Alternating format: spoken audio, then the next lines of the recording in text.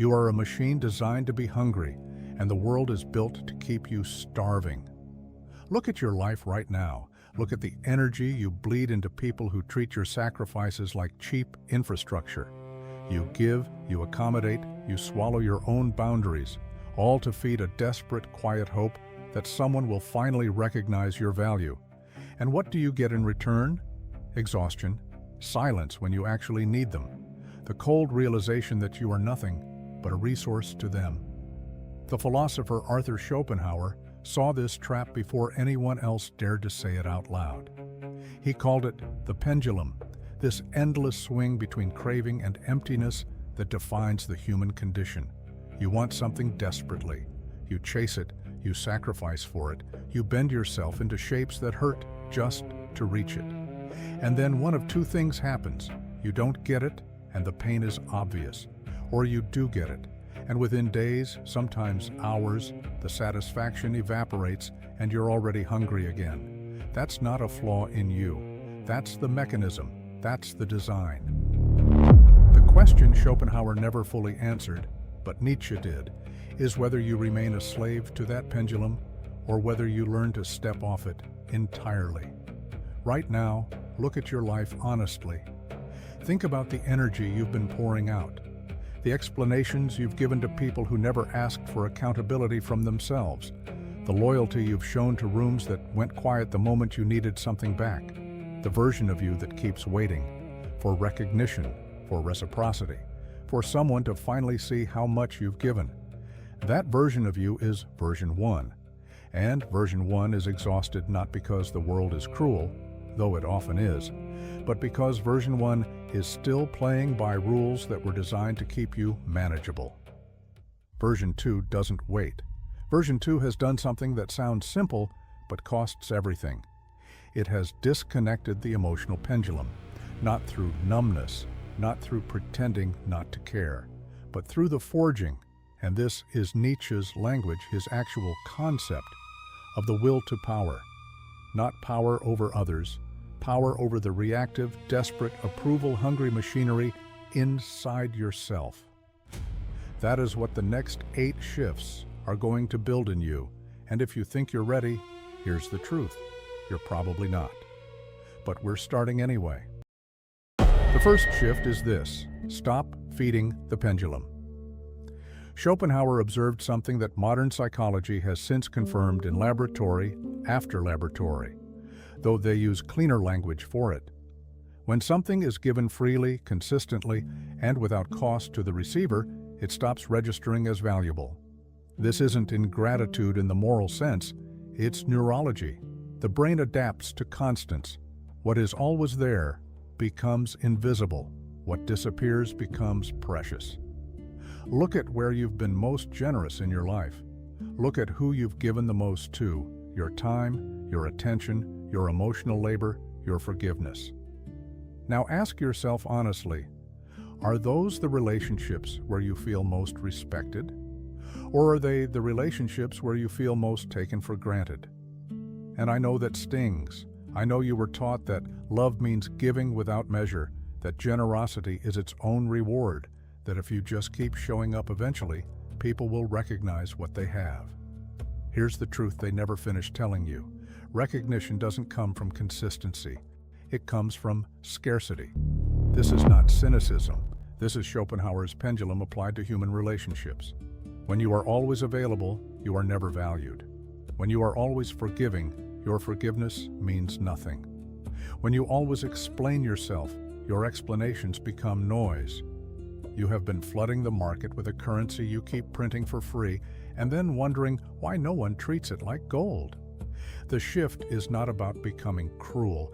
It's about understanding that your energy, your presence, your investment, these are finite resources.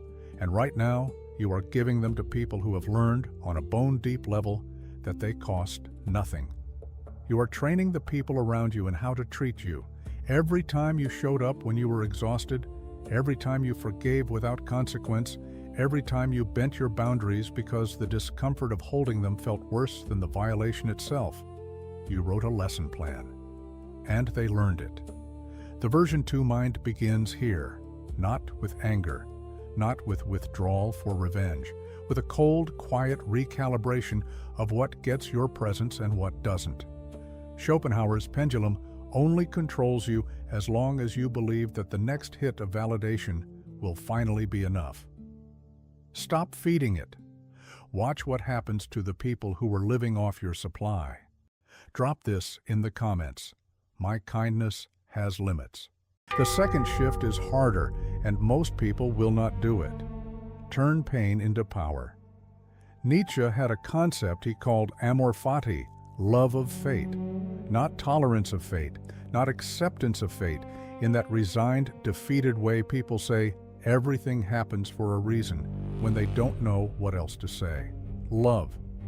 An active, chosen embrace of everything that has happened to you, including, especially, the things that broke you. And I know that sounds like something you'd see on a motivational poster, so let me strip the comfort out of it entirely, because Nietzsche was not offering comfort, he was offering a weapon. Here's the truth about pain. You cannot avoid accumulating it. You are going to be betrayed. You are going to lose things that mattered. You are going to make decisions that cost you years, relationships, opportunities. The question is never whether pain arrives. It will, it has, it's already there. The question is what it builds in you. Right now, for version 1, pain is a referendum. It's evidence. Evidence that you trusted wrong, loved wrong, chose wrong, that the world is unfair and you are somehow less protected from that unfairness than you should be. And version 1 keeps returning to that evidence, keeps reviewing it, keeps asking why, keeps waiting for the wound to make sense. Version 2 does something that looks almost inhuman from the outside. It looks at the scar and says, this is now armor, not metaphorically, functionally. Every time you were humiliated and survived it, you learned something about what you can endure. Every time someone revealed their actual character to you through cruelty or betrayal, you received intelligence. Every time the thing you built collapsed, you developed an understanding of structural failure that no success could have taught you. Right, and this is the part no one tells you.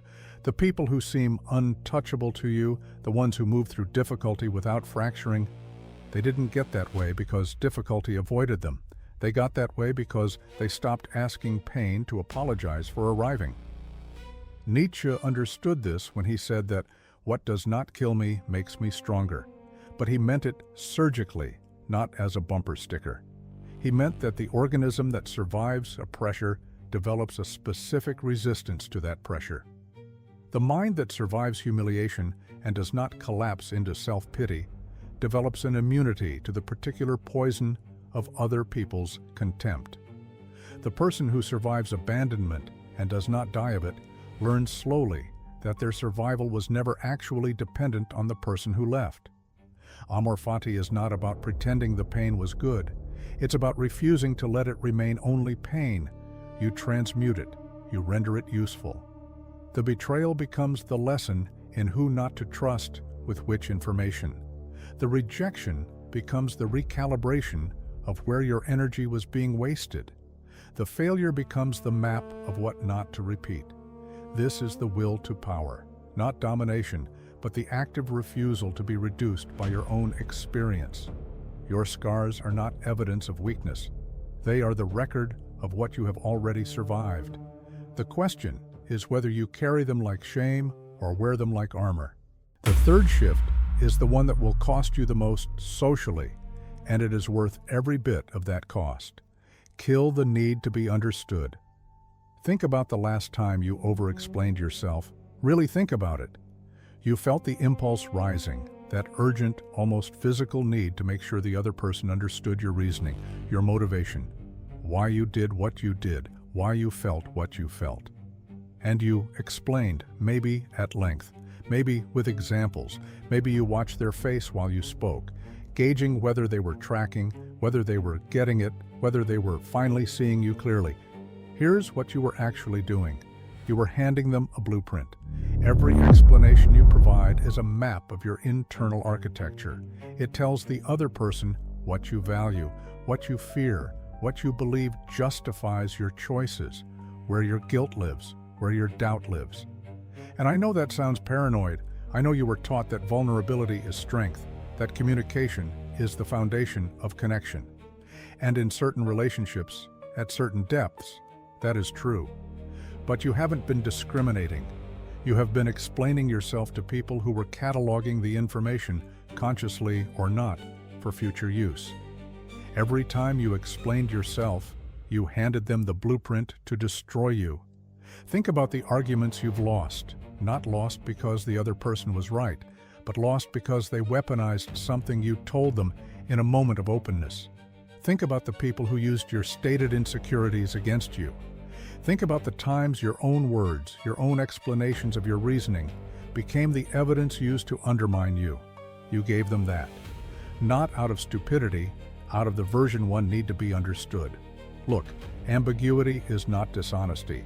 Silence is not evasion. The person who does not explain their decisions does not owe anyone the internal workings of their mind. And here's the psychological truth that Machiavelli understood centuries before modern influence theory caught up. The person who cannot be fully read cannot be fully manipulated. When people don't know your reasoning, they cannot predict your behavior. When they cannot predict your behavior, they cannot prepare to neutralize it. When they cannot neutralize it, they must respect it, or at minimum, move carefully around it. Power is not loudness. Power is not constant assertion. Power is, in large part, what you withhold. The most strategically powerful people you will ever encounter are not the ones who fill every silence with self-justification. They are the ones who let the silence breathe, who let uncertainty do the work for them, who understand that mystery generates a particular kind of gravity that explanation instantly destroys. You do not need to be understood by everyone. You need to be understood by yourself. That is a different project entirely, and it's an internal one. The version 2 mind stops performing its reasoning for an audience that doesn't deserve the show. It stops translating its silence into words every time someone looks uncomfortable with the quiet. It learns, and this takes practice, real practice, to let other people sit with not knowing. Because here's what happens when you stop explaining. People start paying more attention, not because you've become cold, because you've become legible in a new way, as someone who does not require their understanding to function. If you're still here and you feel something shifting inside you, that's not coincidence, that's recognition. Hit subscribe, because every week we go much deeper on this. This is the work that doesn't get talked about anywhere else. Drop this in the comments. My silence speaks power. The fourth shift is detachment. And before you misread that word, let me be precise about what it means and what it doesn't mean, because most people get this wrong in a way that costs them everything. Detachment is not indifference to outcomes. It is not the performance of not caring, that hollow forced coolness that people mistake for strength, but which reads, to anyone paying attention, exactly like what it is, someone who cares desperately and is terrified to show it. That is not detachment. That is suppression wearing a mask, and it collapses under pressure every single time. Real detachment is structural. It is a fundamental shift in where your sense of stability lives. Version 1 stability is external. It lives in the response, in whether they called back, in whether they approved, in whether the room reacted the way you needed it to. Which means version 1 is permanently at the mercy of external conditions. Version 1's emotional state is a function of other people's behavior. And if your emotional state is a function of other people's behavior, then other people control you. Not metaphorically, mechanically. You have handed the lever to anyone willing to pull it.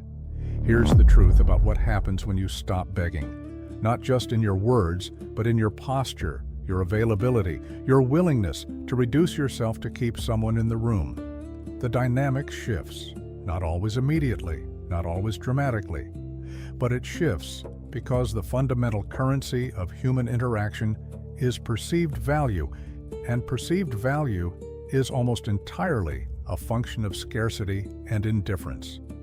The person who needs you less has more power in every transaction. This is not a pleasant fact. It is simply a fact. Schopenhauer's pendulum operates in relationships through a precise mechanism. When you are desperate for connection, you accelerate the pendulum. Your hunger communicates itself.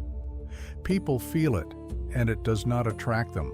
It repels them. Or worse, it attracts exactly the kind of person who wants someone hungry, because hungry people are controllable, right? And this is the part no one tells you.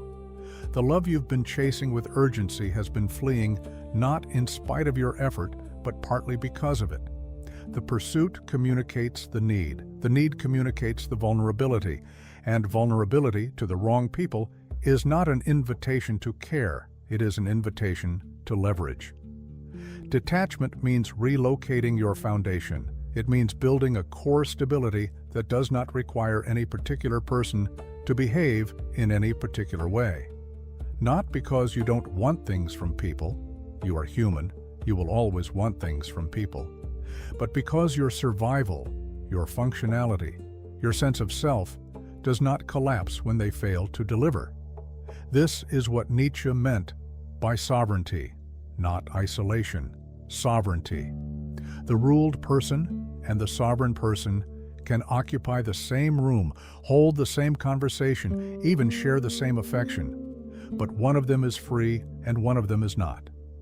When you stop begging, when you genuinely stop, not as a tactic, but as a fundamental repositioning, something strange happens to the people around you. They notice. They cannot always articulate what has changed, but they feel the shift in pressure, because for as long as you were pushing toward them, they could afford to lean away. The moment you stop pushing, the equation changes. Indifference burns colder than hatred, and cold is uncomfortable in ways that aggression is not. Aggression gives people something to push against. Indifference gives them nothing. And nothing is much harder to manage than something. Detach, not as a game, as a practice, as a daily, deliberate choice to locate your gravity inside yourself. The fifth shift is this: boundaries are your armor, and you have been walking into battle without them. The word boundary has been so thoroughly sanitized by the wellness industry that it barely registers anymore. People hear it, and they think of polite conversations about needs, of gentle requests for space, of the language of therapy sessions where everyone is reasonable and good faith. That is not what I mean. What I mean is architectural. I mean the hard edges of what you will and will not allow into your life, your time, your energy, and the willingness to enforce those edges without apology and without extended explanation. Here's what most people do instead. They feel the violation. They feel the boundary crossed. The repeated lateness that communicates your time means nothing. The favor that was never returned, the comment that was designed to diminish, the pattern of behavior that they keep hoping will change if they just stay patient enough, just communicate better, just love harder. They feel it, and then they do one of two things. They either swallow it, absorb it, rationalize it, tell themselves they're being too sensitive, that relationships require compromise, that love means letting things go, or they explode. They accumulate the violation silently until the pressure exceeds the container, and they react with an emotion disproportionate to the specific incident that triggered it, which then becomes the problem. Now the violation is forgotten, and your reaction is the issue. Neither of those is a boundary. Swallowing is surrender. Exploding is a leak in the container, not a wall around it. A real boundary is enforced not with volume, but with consequence. And this is where version 1 fails almost universally, because version 1 was taught by culture, by family, by every system that benefits from your compliance, that forgiveness is virtue, that second chances are generosity, that holding firm is cruelty. I know you were taught the opposite. I know the word consequence sounds harsh when it's applied to people you love. But hear this clearly. Forgiveness without consequence is not generosity. It is instruction. You are teaching the other person that the behavior is acceptable. You are showing them through your own actions that there is no cost to treating you this way. Machiavelli once wrote, and this was not cruelty but strategy, that men must be either pampered or destroyed, because small injuries they can absorb, but large ones they cannot. The inverse is true for the person being wronged. Small violations that go unaddressed accumulate into a pattern that eventually requires a rupture to correct. The version 2 mind stops the pattern early, not with anger, with clarity. A clear, calm, non-negotiable communication of what will and will not continue, followed by the actual willingness to enforce it. The armor is not anger. The armor is the knowledge that you are willing to lose the relationship before you will continue to diminish yourself to maintain it. That willingness, real, not performed, changes the way you carry yourself in every interaction. People feel when someone has genuine limits. They feel the difference between someone who says no and someone who means it. And the person who means it commands a different quality of treatment, not because they demanded it, but because they made the cost of anything less immediately legible. Your limits are not a failure of love. They are the frame that makes love sustainable. The sixth shift is silence, not the absence of words, the mastery of them through their strategic withholding. Look at how much you speak, not just in quantity, in compulsion. The impulse to fill silence, to respond immediately, to match every energy that enters the room, to demonstrate that you're present, engaged, that you care, that you're tracking. The social anxiety of the pause. Most people are so uncomfortable with silence that they will say almost anything to end it. And that compulsion is a vulnerability that the world exploits constantly, often without even meaning to. Here's the truth about what silence communicates when it is chosen rather than endured. When you speak constantly, you are readable.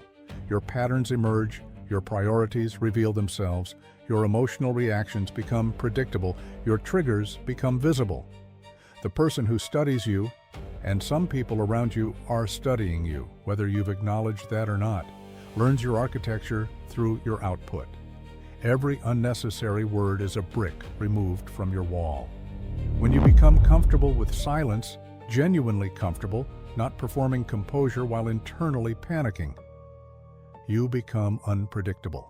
And unpredictability is a profound psychological force. The human brain is a prediction machine. Its primary function, before anything else, is to model the world accurately enough to anticipate what comes next. When someone becomes genuinely difficult to predict, the brain cannot relax around them. It must stay alert. It must pay attention. And attention, in human dynamics, is the foundational currency of influence. Nietzsche understood this when he described the sovereign individual, the person whose character is so self-determined that they cannot be reduced to a simple model in someone else's mind. The sovereign individual is not erratic. Erratic is not the same as unpredictable. Erratic is random, and it signals instability. What I'm describing is something more precise, a person who speaks when they have something worth saying, who does not perform accessibility, who can sit in a room full of noise and simply not add to it, whose stillness communicates not absence, but density. Think about the people you find most compelling, not the loudest person in the room, not the person who matches every energy, the person who doesn't need to, the person whose silence you find yourself trying to interpret, whose approval you find yourself slightly wanting, whose attention feels like something when it lands on you because it is clearly not given to everyone indiscriminately. That quality is not charisma in the conventional sense. It is the gravity of someone who has mastered the strategic use of their own presence, including the strategic use of its absence. Right? And this is the part no one tells you about silence. It is not passive. In the right moment, silence is the most aggressive thing in the room. The person who does not react when everyone expects a reaction has just demonstrated something about their level of control that no speech could match. The person who waits, genuinely waits without anxiety, before responding has already shifted the power in the exchange. You are not withholding, because you have nothing to say. You are withholding because you understand that what you don't say is often more powerful than what you do. Unpredictability generates something that looks like fear in small doses and feels like respect in larger ones. And the line between those two is thinner than most people want to admit. The seventh shift will make you uncomfortable, but before you argue against it, I want you to remember a specific moment, not a concept, a moment. The moment you realized that someone you had defended, protected, stayed for, read your loyalty not as love, but as guarantee. They didn't think, this person cares about me. They thought, this person isn't going anywhere. And the moment you understood that, something shifted. Because guarantee is not the same as value. Guarantee is ownership. And you had been handing yourself over as property to people who never once asked what it cost you, never show full loyalty. I know what that sounds like. I know the version of yourself that recoils from it, the part that was raised to believe that loyalty is the highest virtue, that you stand by your people no matter what, that the measure of your character is what you do when things get hard for someone you care about. I am not asking you to abandon that entirely. I am asking you to look with clear eyes at what unconditional loyalty has actually cost you. Think about the people to whom you have been most loyal. Think about the ones you defended in rooms where they weren't present, the ones you stayed for when every rational signal told you to leave, the ones you compromised your own position to protect. Now ask yourself, not with bitterness, but with honesty, what did that loyalty build in them toward you? Did it build reciprocal loyalty? Did it build respect? Or did it build an assumption? Did it build the quiet, unspoken understanding that you would be there regardless, which made your presence something to rely on rather than something to value? Here's the truth that power understands and sentiment refuses to. Unconditional loyalty is unconditional leverage. When someone knows you will stay no matter what they do, they have no incentive to treat you well. The incentive to maintain a relationship, to invest in it, to protect it, to behave in ways that preserve it, only exists when the relationship is understood to be conditional. Not transactional in a cold, explicit way, conditional in the sense that both parties understand, on some level, that the other person has a threshold, that there is a point past which they will not be pushed, that their presence is a choice being made, not a fact of nature. Machiavelli once wrote that it is better to be feared than loved, if you cannot be both. And people have misread that line for centuries as an instruction toward cruelty. It is not. It is an observation about leverage. Fear, in Machiavelli's framework, is not terror. It is the awareness in the other person that you have standards, that you have limits, that your continued investment is not guaranteed. That awareness is what generates the behavior you actually want from people, not fear for their safety, awareness of potential loss. The version 2 mind understands that loyalty belongs first to your purpose, to your will to power, to the project of becoming the most sovereign, capable, self-determined version of yourself. People who serve that project, who contribute to it, who challenge you in ways that sharpen you rather than diminish you, those people earn deeper investment. People who drain the project, who require you to shrink to make them comfortable, who benefit from your stagnation because your growth threatens their position, those people get a different level of access. Not cruelty, calibration. And look, this is not about using people. It is about refusing to be used by them. The person who gives full loyalty unconditionally is not a better person than the person who gives conditional loyalty wisely. They are simply a more available resource. And resources, as we established at the very beginning of this, are things that get consumed. Your loyalty is not infinite. Your time is not infinite. Your energy, your belief in people, your willingness to show up, none of it regenerates without cost. The question is not whether to be loyal. The question is whether the loyalty you give is building something real, or whether it is simply being spent by people who have learned that your supply never runs out. Redirect loyalty toward your purpose. Let people earn the rest.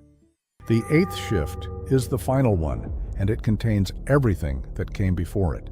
Become untouchable, not invulnerable. Untouchable is a different thing entirely, and the distinction matters. Invulnerable implies the absence of feeling, the person who is shut down so completely that nothing reaches them. That is not power. That is damage wearing power's clothing. The person who cannot feel, cannot adapt, cannot connect in the ways that serve their purpose, cannot access the information that pain carries. Invulnerability is a wall built so high it becomes a prison. Untouchable means something more precise.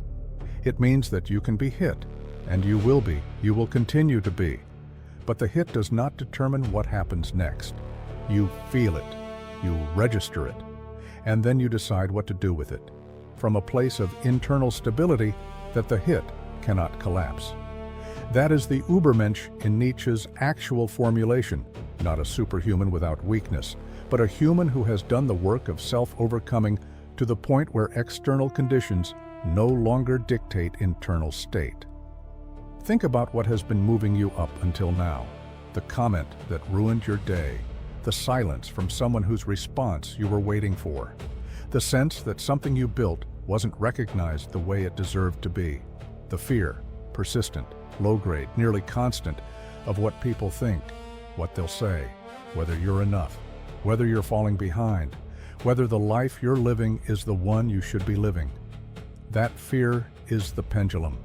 That fear is the mechanism by which the world keeps you manageable, keeps you seeking, keeps you feeding the cycle that Schopenhauer described with such cold accuracy. The untouchable mind has done something that cannot be faked and cannot be shortcut. It has sat with its own darkness long enough to stop being afraid of it. It has looked at its worst fears, rejection, failure, humiliation, irrelevance, and it has found through either philosophy or through the accumulation of survived pain that none of those things are fatal, that the self persists through them, that the identity does not dissolve when the approval disappears, when the relationship ends, when the project fails, when the room goes cold. Right. And this is the part no one tells you. The emotional pendulum only has power over you because you have been treating one end of it as survival and the other as death. The pleasure is survival. The pain is death. And so you chase the pleasure and flee the pain with the desperation of someone whose life depends on it, because version 1 has constructed a psychology in which it does, in which the withdrawal of validation is experienced as a threat to existence, in which disapproval registers as danger, in which silence from someone you care about produces the same neurological signature as physical threat. None of that is real, but it feels real. And for version 1, feeling real is the same as being real. Version 2 has done the work, and it is work, slow, uncomfortable, unglamorous work of separating the feeling from the fact, of learning through repetition and through the kind of pain we discussed in the second shift, that the pendulum swings and you remain, that people withdraw and you remain, that things collapse and you remain. And that remaining, this persistent, quiet, unshakable continuity of self, is the actual foundation of power, not money, not status, not the respect of any particular room. The knowledge carried in the body that you have already survived everything that was supposed to break you, and that what comes next will not be the thing that finally does. Nietzsche understood this when he described the process of self-overcoming, the ongoing, never-completed project of becoming more than what you were, not through the absence of struggle, but through the active transformation of struggle into architecture. The Übermensch is not a destination. It is a direction. It is the choice, made again every single day, to move toward sovereignty rather than toward dependence, to build rather than to beg, to use the pain rather than be used by it. When you stop fearing the pendulum, when you genuinely stop, not as a philosophy you've adopted intellectually, but as a reality you have earned through doing the work. Something changes in the way you move through the world. It is not arrogance. Arrogance is insecurity wearing a costume. It is something quieter and far more durable, a settled quality, a groundedness that people feel before they can articulate it. You walk into a room and you are not scanning it for approval. You are not calculating how to be received.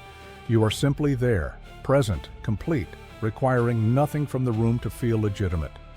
That quality is not taught in any classroom. It is not given by any relationship. It cannot be borrowed or performed. It is built, slowly, through the accumulation of every shift we have discussed, through recalibrating your generosity, through transmuting your pain, through protecting your internal architecture, through detaching your stability from external conditions, through enforcing your edges without apology, through mastering your silence, through directing your loyalty toward your purpose rather than toward people who consume it. This is the full architecture of the untouchable mind, not a mind without wounds, a mind that has learned to build with them. You came here still feeding the pendulum, still waiting for a room to recognize you, still measuring your worth against the silence of people who were never going to give you what you needed, because what you needed was never theirs to give. The 8 shifts are not steps.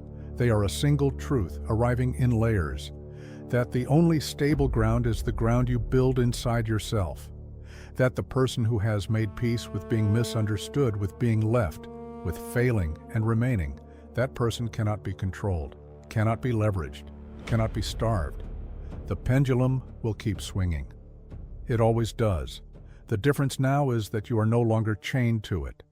Drop this in the comments. I am untouchable now.